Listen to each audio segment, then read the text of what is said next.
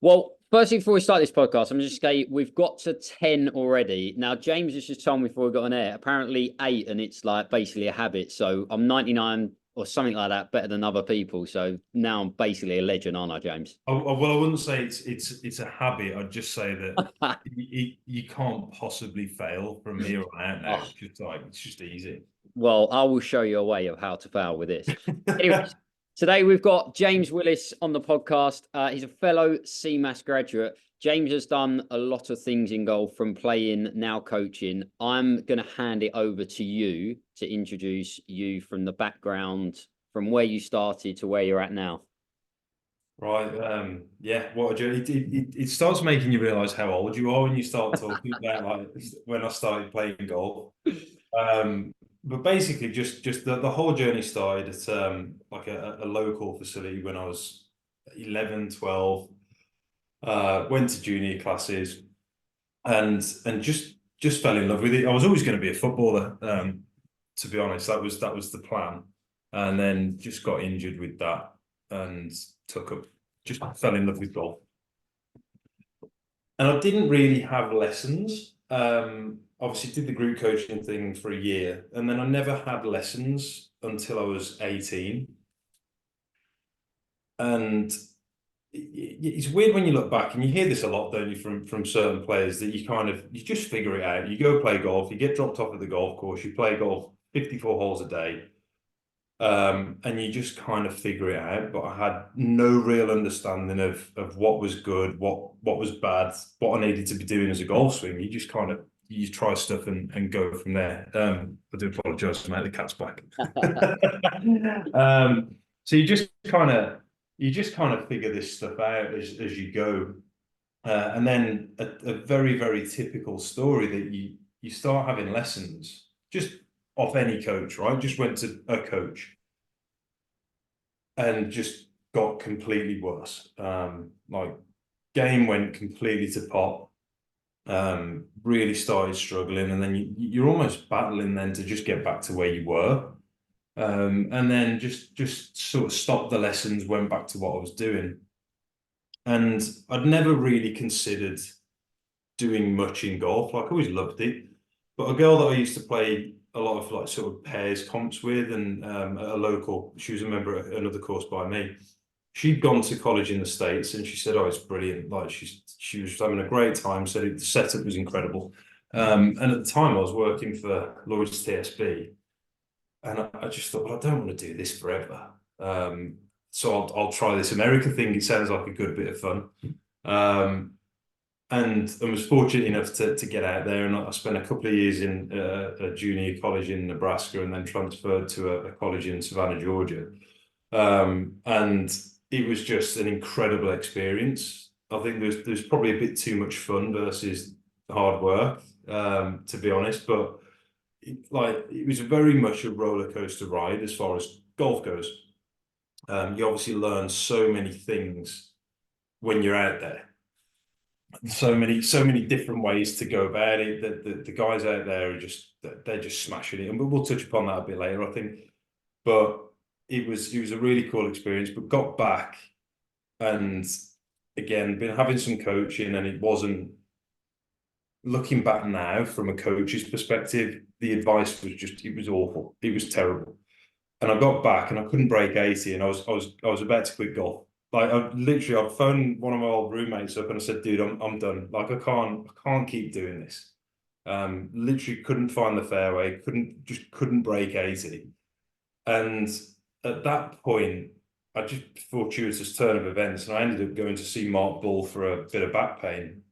And I'd obviously not got a coach at that point, and that introduced me to Hugh, who I started having lessons from. So I'd obviously travel down to Surrey for lessons every month, and instantly it was like, what? You just flicked a switch, and just the way that the training changed, the way that my approach to golf changed, and how to practice and how to play. And it was this really kind of quick sort of development, and then turned pro, and it kind of all went to, am I allowed to swear? Yeah. It all. I don't know who's, but it all went to shit. Basically, and sort of turned pro, started playing Euro Pro, and just couldn't again, just really struggled. And this just went on and on, and you finally start to get better, and you start to see some results. But long story short, it just got to the point when it was like, I can't keep doing this, can't keep plowing money into this. It takes over your whole life. Yeah. You got a missus, you've been with someone for a long time, and they want to start a life, and you're going, I just can't afford to do this. Yeah. And then right at that point, I just got a phone call off a pro that I knew, and he just said, "There's a job going at this golf club. They're looking for a head pro. Are you interested? I've given them your name." So, well, yeah, like it was better than what I was doing at the time. I'll definitely have a crack at that. So, at that moment, like I hadn't done my PGA or anything like that, and it was just purely like I want to play golf up until that point. And I phoned Hugh and asked him his advice, because I said, "Well, what do you think I should do now? Because obviously I'm at this crossroads. Should I do the PGA thing? Like, what would you say?" And he just started CMAS like 2 weeks before that. And he just said to me, like, "Look, if you want to do this, like, we can do this. This is what we're going to do, and how it's going to be structured." And I just said, "You know what? Like, why not? Like, I'd rather go and learn that end of it. I want to coach golf. I want to learn from the best." And obviously, he's done such a great job of not just giving his own information, but also bringing in tons of experts.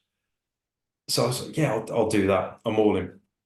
So I just did that, and then obviously through that, then I've had another couple of job opportunities come up, and it's been a bit of a roller coaster ride, to be honest, mate. It's been good, but it's far from done. Well, we first met at the Andreas Callian That's right. Yeah. thing. How far into the journey was that? Was that before? Was that mid CMAS? That was in the March. Was that in the March? Could have been in the March, but October. was that mid your? It was, I think it was early Yeah, March. so we were just coming to like the end of our first year Yeah, then. yeah. And that, I mean, that seems like ages ago. I know. But again, it's yeah, just learning from these people, and that's kind of the approach that I've certainly taken now, is that just go and learn from as many experts as you can. Yeah. Everyone's got their own way of doing it, and that's all based on their experiences. But if you just pick up one little bit of information or understanding that you go, actually, I really like that, and I can use that, then it's completely worth it, right? Yeah. I mean, these are why these podcasts have been so good. Like, as long anyone that's listening is learning, but I'm learning as well, which is awesome. So it's not only am I putting stuff out there for the world to start learning with, but I'm also gaining a bit of golden nuggets whilst I can. I'm not sure if I'll get any from you today, but It's, if you do, it's more by luck than anything else. But I will say, if you do, I know that's not true. I'll send the invoice after. Okay. But no, it's right, and I think sometimes it's the same thing that you've heard 1,000 times, but it's just said in a way that resonates, and you think, "Oh shit, like that actually makes way more sense now." Yeah, and that's coaching in itself, right? Yes. We've all got these tools in the toolbox, but if you've got 10 different ways of the same tool getting to the same part that you need to, then you're gonna have a better chance of doing it, because one of 10's got to stick, right? You'd hope. Yeah. And I think as you develop, you almost develop this hierarchy of ways that you go, because you go, well, you know what, I've literally had 99% success with that. Yeah. And that works pretty much all the time, but you can guarantee that there's going to be a guy that comes in, or a girl, and it just doesn't work. So then at that point, it's like, well, you either say, right, well, I need to learn a better way to do this, or you've already got a better way and you go that route. But yeah, it's got to make sense to that player. Yeah. 100%. And you've got to be able to deliver it in a way that they can understand it. Yeah, 100%. That's the key thing. 100%. We're going to start with CMAS. I'm gonna say for me, my personal biggest takeaway from it was like systems and structures. What was yours? So I think like I'm naturally I just love learning. Right. And I'll probably sometimes just get some structures that learning, but I think definitely systems and structures. I think question everything. Yeah. Like that was a big one for me, and I think a lot of players, um, if you just take something at face value, just because someone said it, if the guy on YouTube says it, if I say it, if you say it, you can't take that as gospel. Now, it might not be bad information, but is it good information for you at this moment in time? And I think you hear these things that are being sort of touted as like absolute must-dos.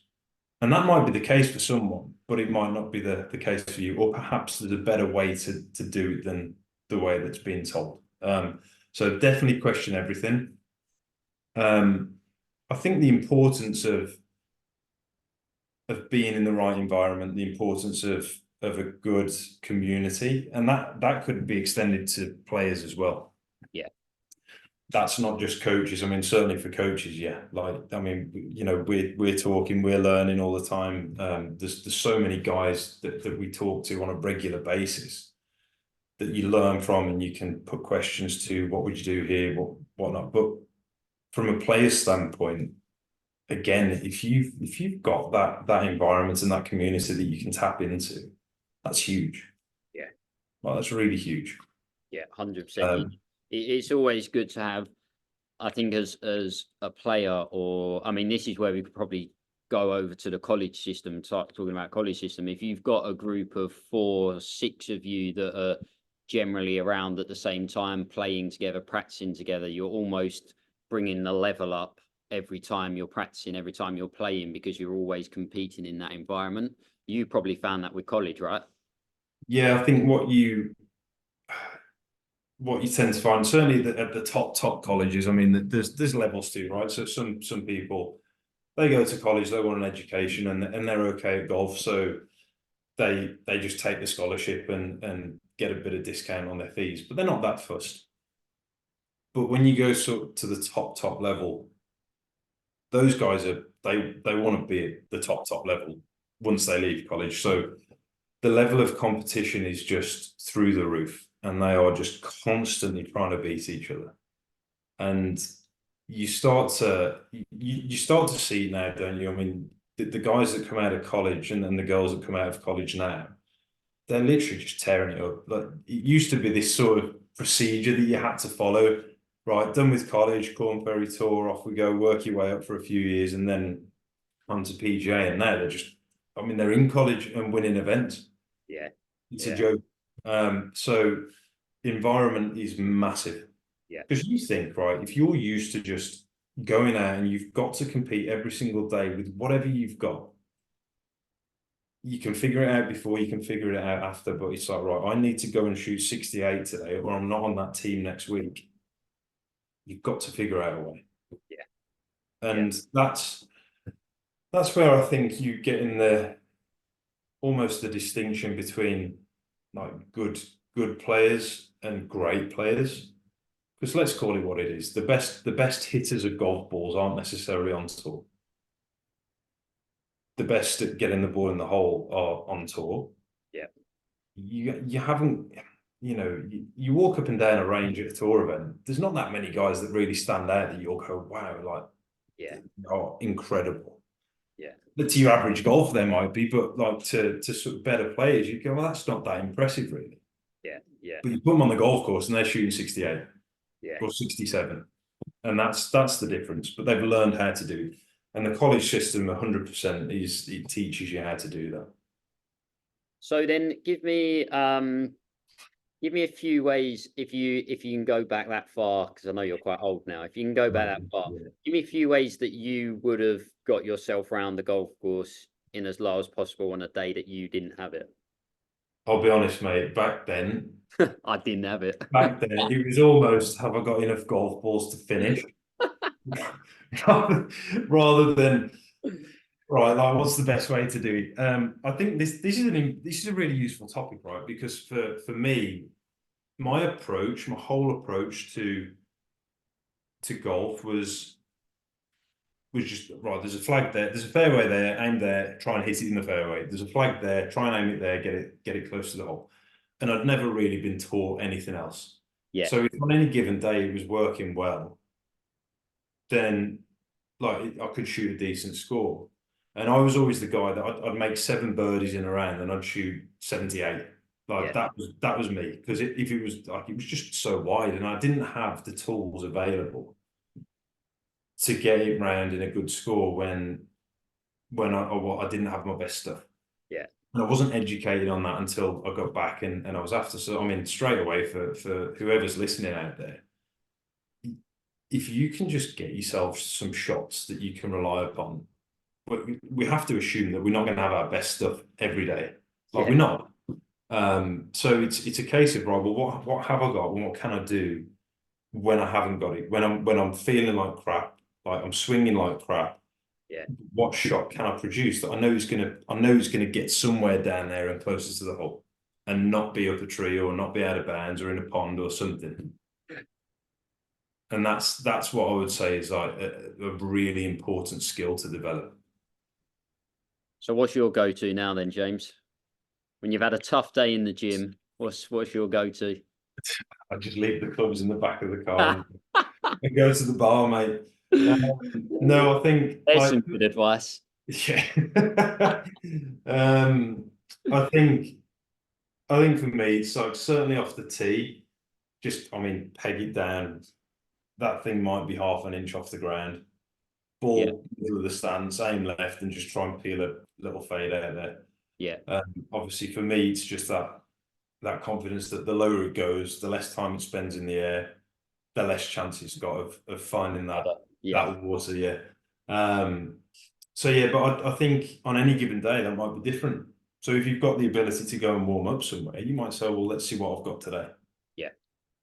And what can I hit? Because you might not have that even on some days. So it's about, if you treat your warm up more as a preparation to you going out and playing, rather than trying to perfect your swing or work on that P6. It's like, right, well, let's just prepare ourselves for what we might face today and see what we can do. Yeah. I like that a lot. Which takes us, that was a good bit of advice, and that takes us nicely into the next question regarding practice. What would you say, let's just say your top 3 best practices for practice? Wow, say that again really fast. No, thank you. So obviously we see a lot of golfers, and we see a lot of golfers at the range and going through their practice. I almost like the approach of treating it more as training rather than practice, because I think practice, it's kind of, well, what do we do? But if you compare it to other sports and you go, well, what would Man City be doing? Are they practicing or are they training? And they're going through different situations. I don't think like De Bruyne is going to turn up one day and say, right, Gaffer, I just fancy hitting a few corners and I'm going to go home. It's like, it's very structured and they know what they're trying to achieve on any given day. Yeah. And if you walked up and down a driving range and said to all the golfers, right, what's your goal for this session and what are you working on? I mean, you tell me, right? I mean, how many are you going to say? I would likely, right? I would happily put a bet on under 5%. I'd probably wager less. Yeah. Which is, it is what it is, and like it's not their jobs. And for the golfers out there, we still want to have fun, right? I mean, that's the main thing, that you do it for a hobby and you enjoy it. The view I take is that actually getting better at something that's fun. Yeah. That's fun for me, is actually putting in some work and saying, oh, I've left now better than I was when I arrived. And that's, it's not for everyone, but that's kind of what it is. And Hugh said this to me when I first met him, and he pulled my clubs out of the bag, and like my 6 iron was just like a dot in the middle, worn out. 7 iron, dot in the middle, worn out. All the other clubs, nothing. And it and he was like, well, I can see how you practice. And he said, well, I'll never forget it. He just said to me, and I was shocked. Like, I turned up, I'm off +1 or scratch something at the time. Yeah. And he just said to me, like, dude, you might as well go swimming for 4 hours for all the good your practice is doing you. I was like, shit. Yeah. Mate, and I would hit like 10 hours a day. I'd be hitting golf balls for. And then you wonder why you're still shooting 80. So Yeah. it's almost that what are your goals for the session? You can't do it all. So if you've got 30 minutes or an hour, and I always say, like, it doesn't matter how long you've got, just go and do something. Just build the habit, build the identity of actually going and doing something rather than nothing. So it might be 10 minutes worth of wedges and that's it. And that's cool. That's a good practice session and or a training session, and off you go. So have a goal for what you want to achieve. Is it relevant to actually improving your game? Like, Yeah. if you can go and practice your 60-yard bunker shots all you want, but how many are you going to have in a round? And if you've got loads in a round, figure out a better strategy for getting it around a golf course. Yeah. No one's good at 60-yard bunker shots. Yeah. But you don't need to be. Yeah. So it's that kind of, is it relevant to actually improving your game, your score, whatever that may be? Yeah. And then have some feedback. So what is your feedback? And feedback might not always be ball flight. But you gotta be clear on what that is, right? So if you're trying to make a particular swing change, like alter your technique somewhat, then you might not go straight to ball flight. You might use video. You might say, well, yeah, I'm hitting it like shit, but actually it's getting closer to where I want to be, and then you can start to figure out how to find the golf ball from there. I think quite often it's hard, right? It's hard to detach from the outcome, and it's hard to hit bad golf shots, but sometimes it's necessary if you're changing your swing by 6 feet. Yeah. And you've got a player that's way out over, and then you're trying to get them in there. Yeah.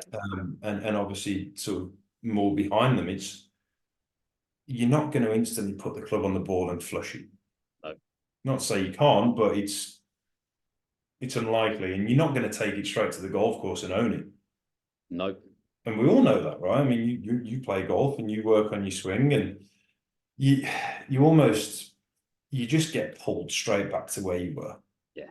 And when I used to play, I mean, the missus threatened to break up with me multiple times because I just keep saying to her, babe, I'm just not exaggerating my feelings enough. And the amount of arguments we had, she's like, well, just shut up and do it then. And it's hard to convince yourself that I really need to do this thing, and I need to do it more and more and more, and I'm not going to overdo it, and I'm certainly not anywhere close to it right now. Yeah. And then you put pressure on that, it's like it all goes back to where it was anyway. Yeah.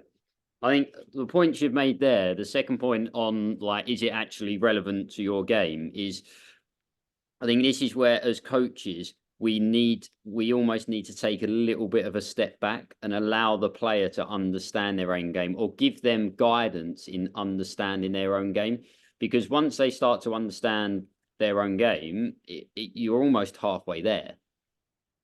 It was an interesting, and I probably shouldn't be saying this as a coach, it's not bad, a good business approach, but there's an article from an interview with Wyndham Clark when he won the US Open, and he said that it's only since he started doing all of his work himself that he actually started to trust and own his game. Yeah.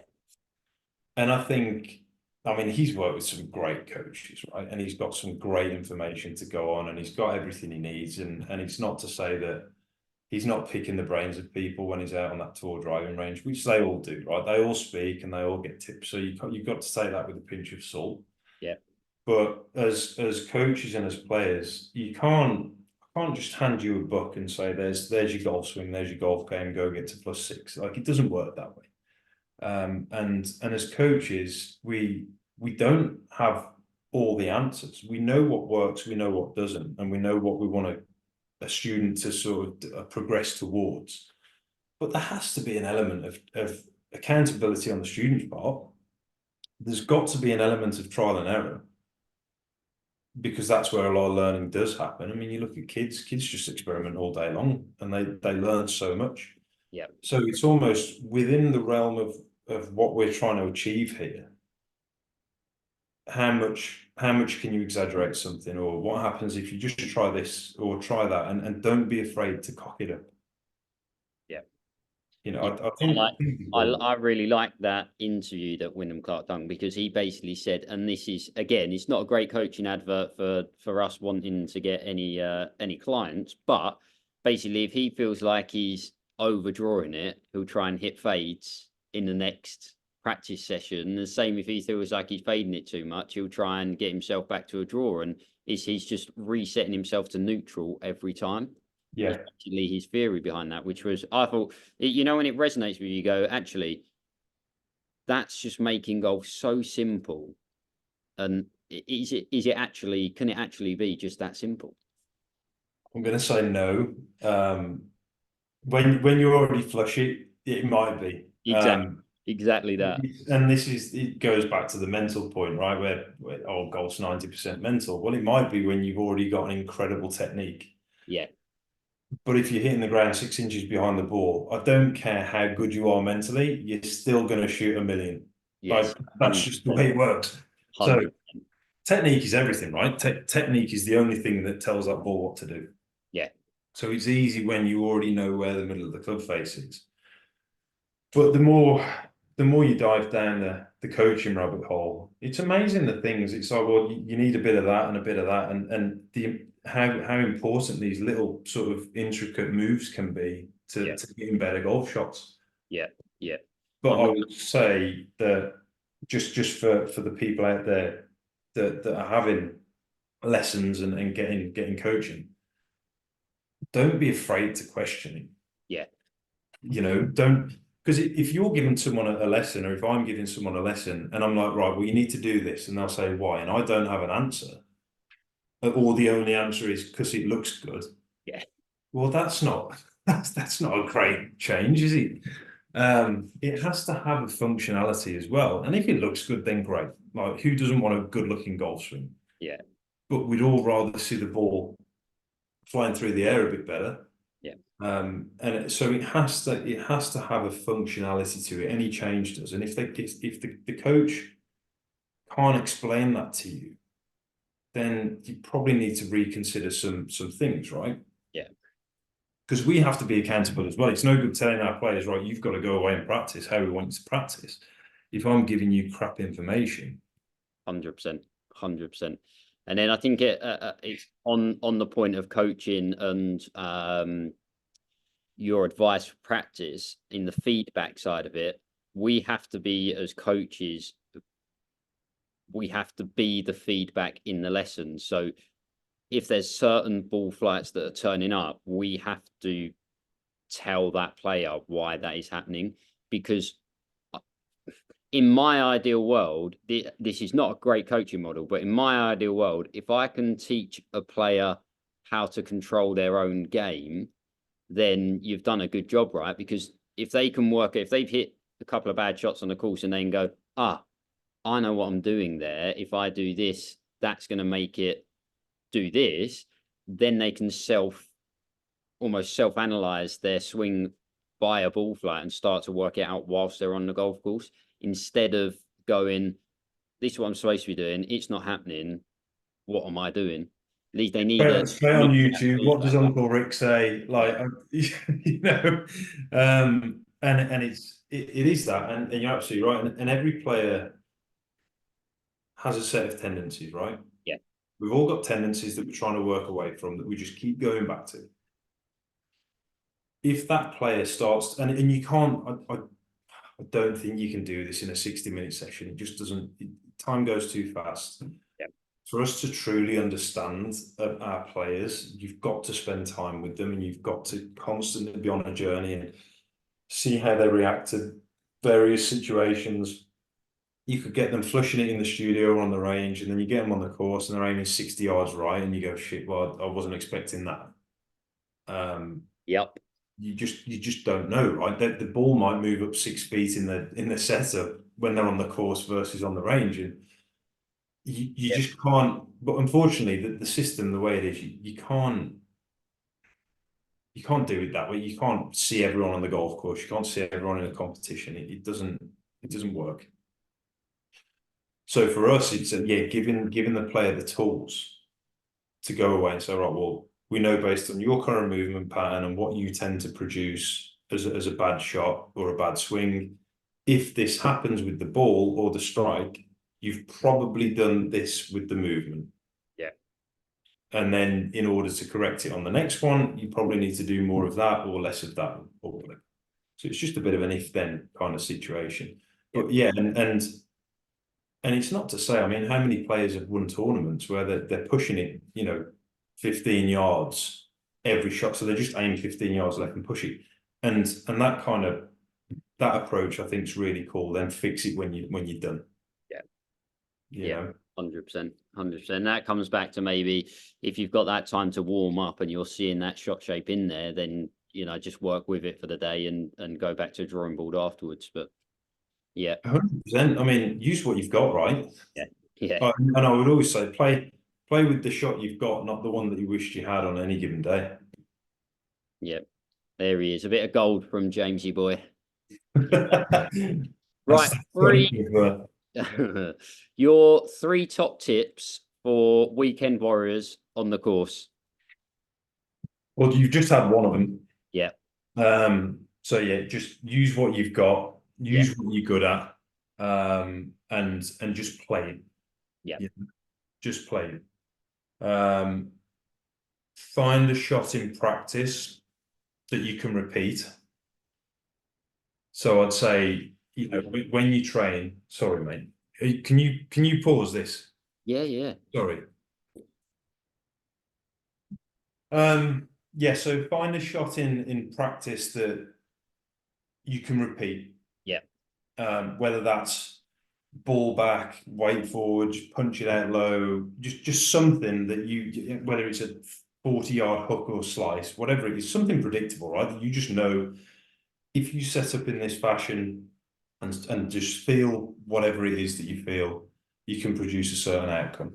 Yeah. Doesn't need to be pretty, but just something when it's all going a bit sideways that you can rely on. Yeah. And third tip, just don't be stupid. Don't get me started. It's really underrated. Yeah. But I think there's so much simple stuff in strategic that can lower so many scores is a joke. I mean, one of my favorites, I mean, I like the 5% rule in terms of hitting into flags, but taking it even further back from that, if you've got a front pin, just take one extra club. And if you've got a back pin, probably going to be the club you're trying to hit there anyway, because you're going to come short because you're just not as long as you think you are. Mate, I'll sit there and when you're at the golf club and you're watching shots coming into greens, and I'm yet to see one go long. Yeah. And I'm almost yet to see one actually make it to the green. So you hear it a lot, and guys, like, I know that one time you probably hit one and it was 150 yards 7-iron, but it was downhill, downwind, rock hard. It's learn your carry numbers. Yeah. That's important, and it's hard because your ego's involved and you want to hit it 150. But just be realistic. But it's that kind of, well, look, you can either kid yourself and keep trying to do it, or you can just face reality and actually shoot low goal scores. Like, it's up to you. Yeah. But I think yeah, like, just making better decisions. If you've got 200 yards and you've got a front pin over water, just lay up. Yeah. Both are fine. If you don't have that shot in the locker, on the driving range, you ain't gonna have it with the card in your hand while you're shaking. Glass hole. You're just not. Yeah, I love that. Such a good analogy, but just no one thinks about it, and I think it's one of those. I think Scott Fawcett has a great quote about that. If you can't hit it if you don't think you can hit it 9 times out 9 times out of 10 don't bother. Yeah, I mean, and that would be, I mean, you think if you can do 9 times out of 10 in practice when there's no pressure. Yeah. We've all shot really good scores in practice. Yeah. But you know, when the pressure's on, I don't care who you are.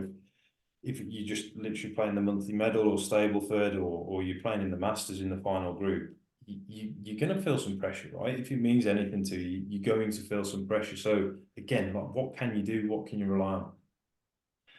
You're not going to magically sort of find this shot No. out of thin air. If you don't own it in practice, you ain't going to have it. Not when the pressure's on. Yeah. I like those 3 top. I like those 3 top tips for the course. They are good. Especially the last one just resonates so much. So much. Yeah, I mean, I think most golfers, and look, you have to remember, people just want to have fun out there. Like, they want to try and hit that shot, just so I can get through that gap that's like that big, and with a 3-iron out the rough, I can start it 60 yards out of bounds and slice it round 3 feet out there. It's like, well, all right, well, let's see it then. Let's see you do it. Yeah. 20 times. I don't think it's going to happen. No. But yeah, so again, it's yeah, you want to have fun with it, but are you out there to have fun and try shots, or are you out there to shoot the lowest score? Because you're going to take a very different approach, right? Yeah, 100%, definitely are. Right. So you spoke about earlier. Oh my God, what did you say? About 99% of the time. I can't remember what you said now. I had it in my head. Podcasts.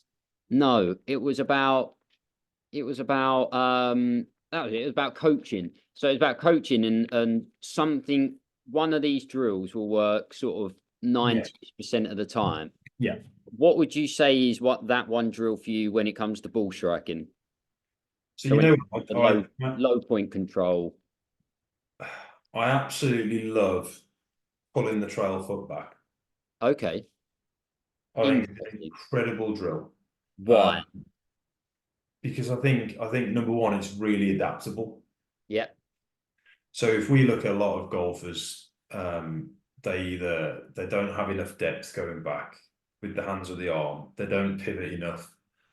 They drive the knee at the golf ball, like stand up, all the stuff that we see on a regular basis.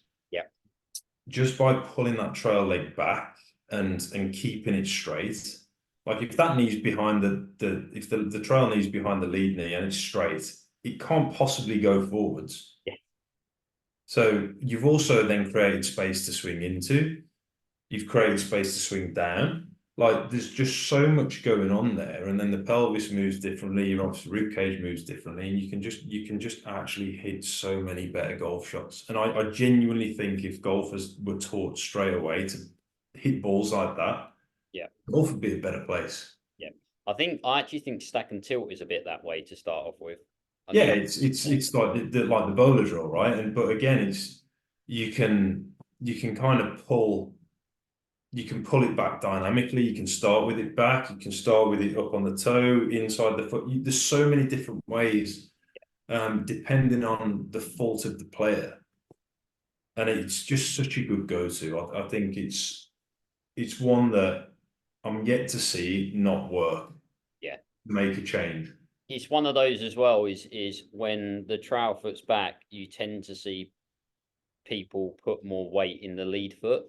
And not only is probably the ball flight better, but then the low point control is a lot better at the same point, and you start seeing them pretty much straight to flush little push draws, really, with something like that, don't you?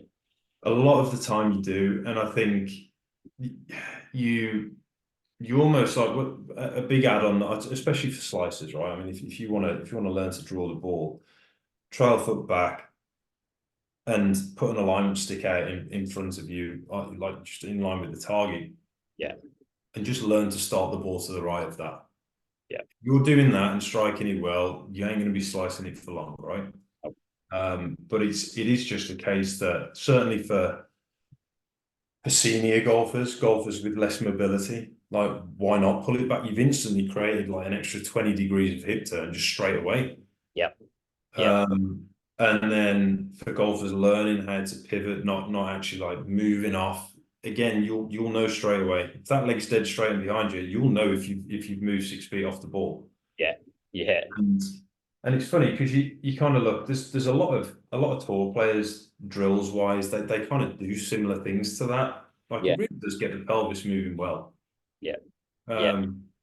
But yeah, you all, like you say, you're automatically, what are the biggest faults that we see? Golfers swing too far left, they don't turn enough, and they don't get enough pressure forward. Well, it kind of solves all those three things in one. Yeah. Yeah. Big time.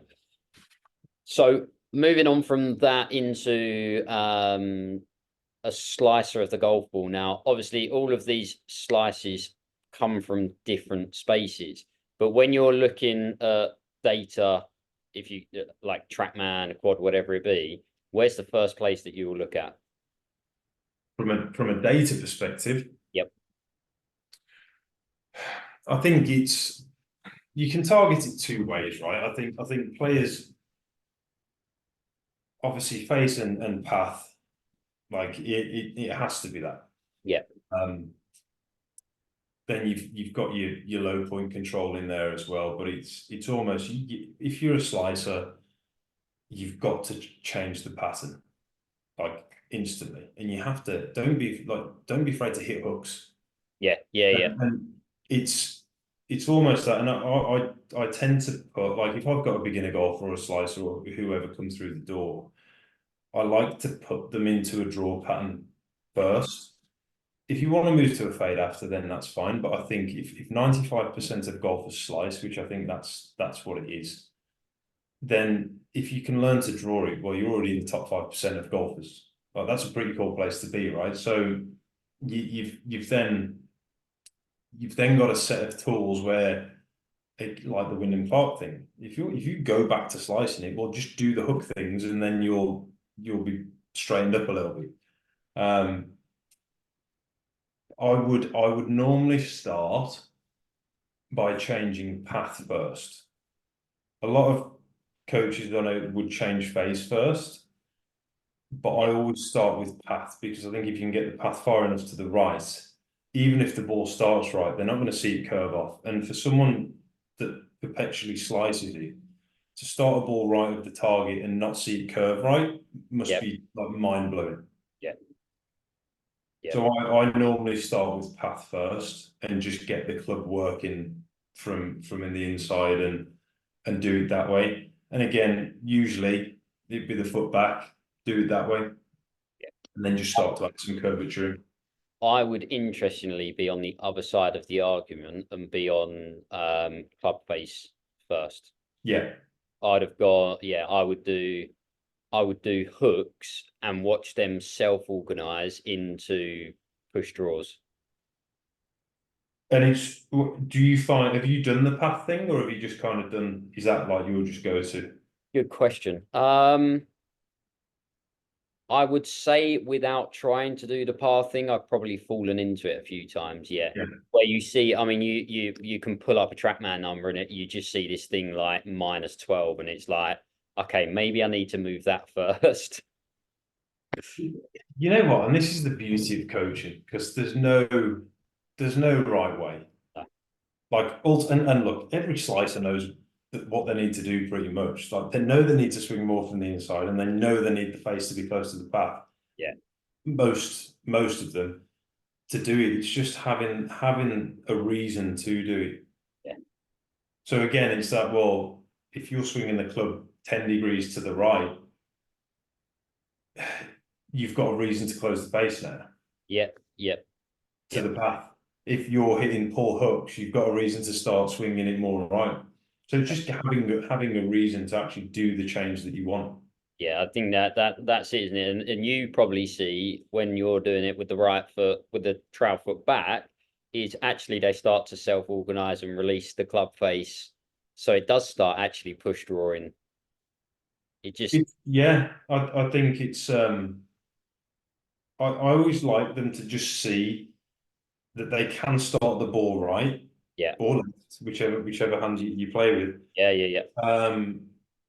And not see it curve in that slicing fashion. So for a right-handed golfer, start it right, but not see it go right. I think that's a huge breakthrough moment, because it's like, oh, like I can actually start it there and it won't go that way.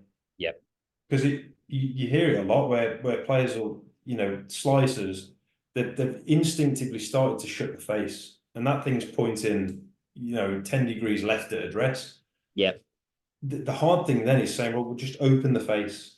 And that's, I can't hit that. So no, open the face, go on, you'll be fine. Yeah. And just trusting then that you can actually, have a bit of loft on that thing and it not pointing at your left toe. Yeah. And still hit a functional golf shot.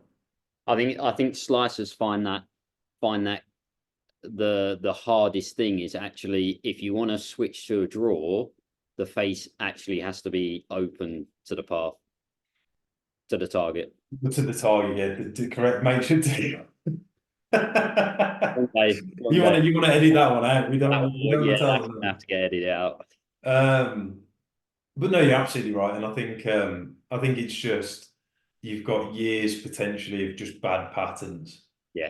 And just there's all this emotion attached to certain things, and you've almost got to wade through that first. But what I would say is, for people that have sliced it,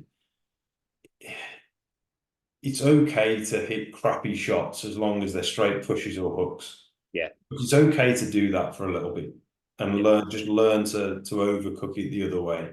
Yeah. A great analogy, I didn't make this up, but I got it from another coach, but he said it's almost like if you've got a bent steel bar and you're trying to bend it straight, well, you can't just bend it to straight and it'll stick. You've got to bend it the other way. You've got to go too far in the opposite direction to get to where you want to go.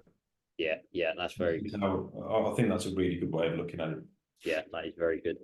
Right, let's last question. Best advice you'll give to any young golfers looking to turn pro?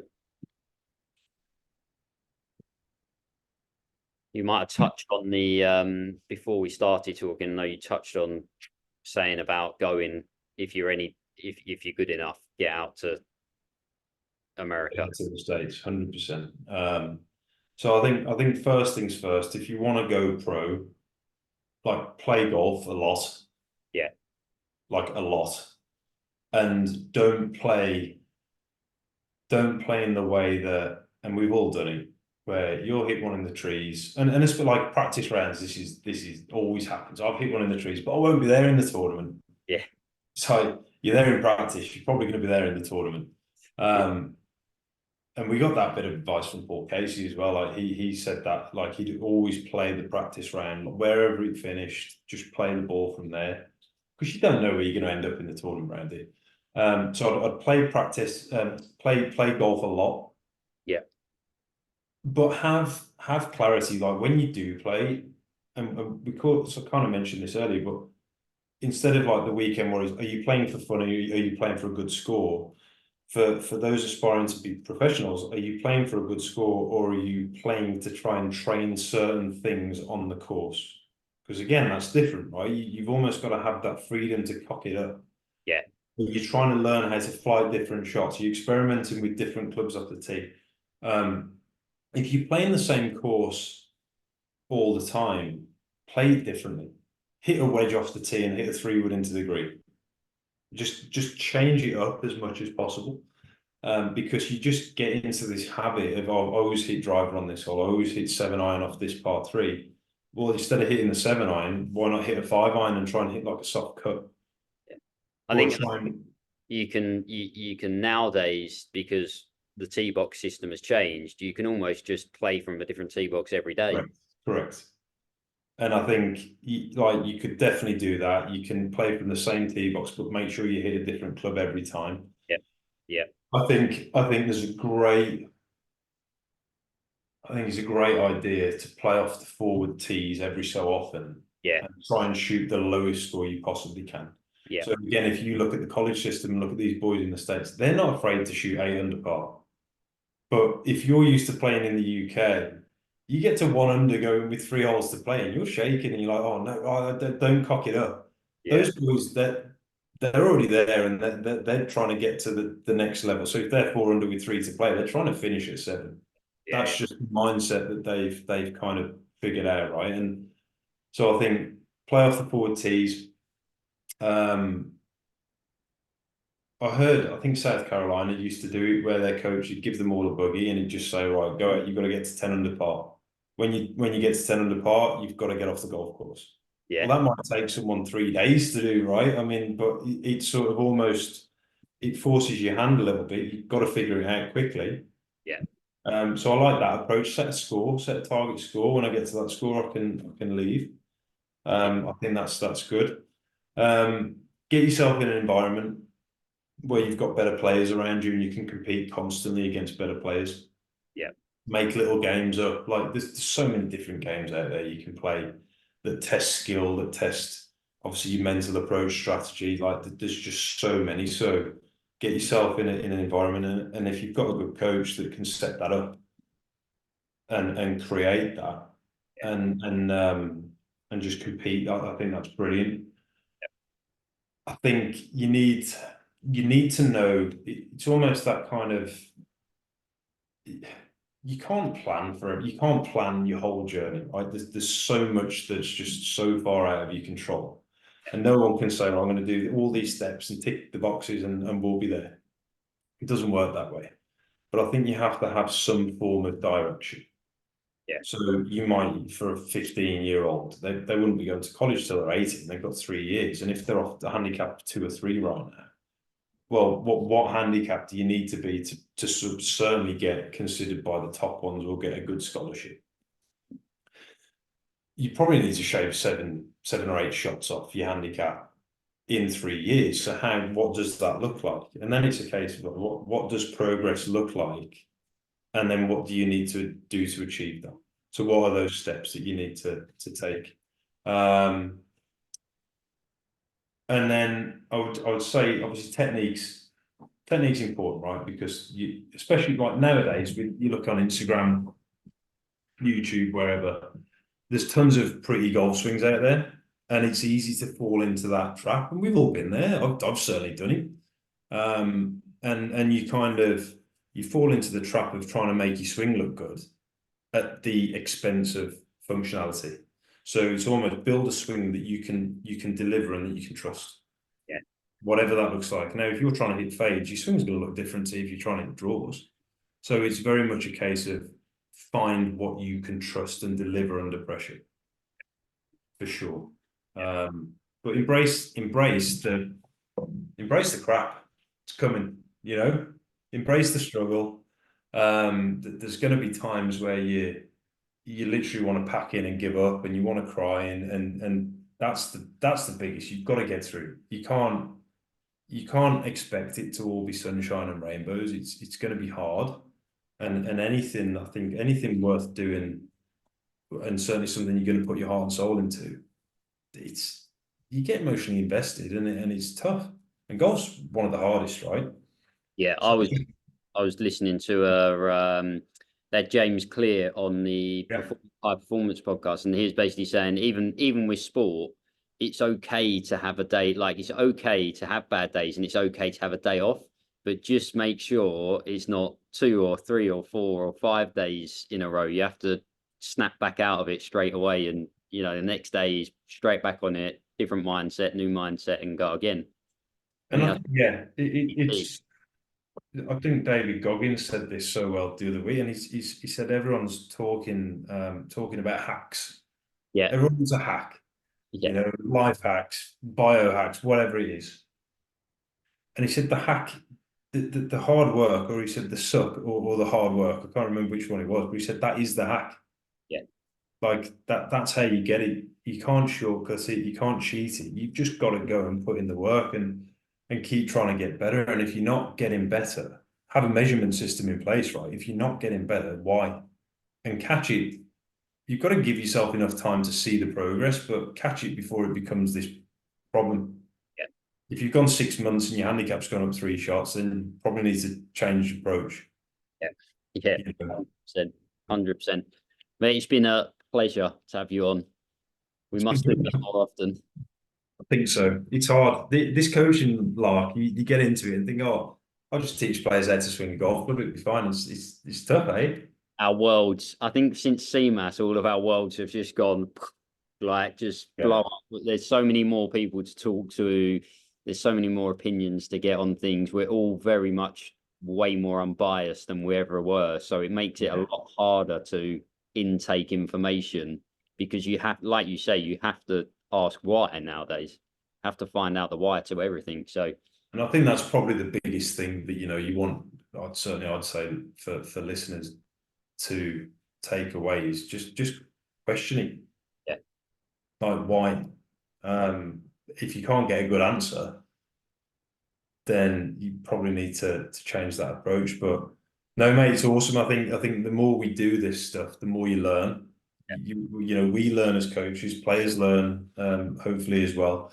And it's cool, but you scratch the surface a little bit, and there's a whole deep cavern underneath there that it's crazy. Yeah. It's fun though. Yeah, it is. It is fun. Right, matey. Been a pleasure. Thank you for your time, and we will speak very soon. It's been awesome, George. Thanks, pal.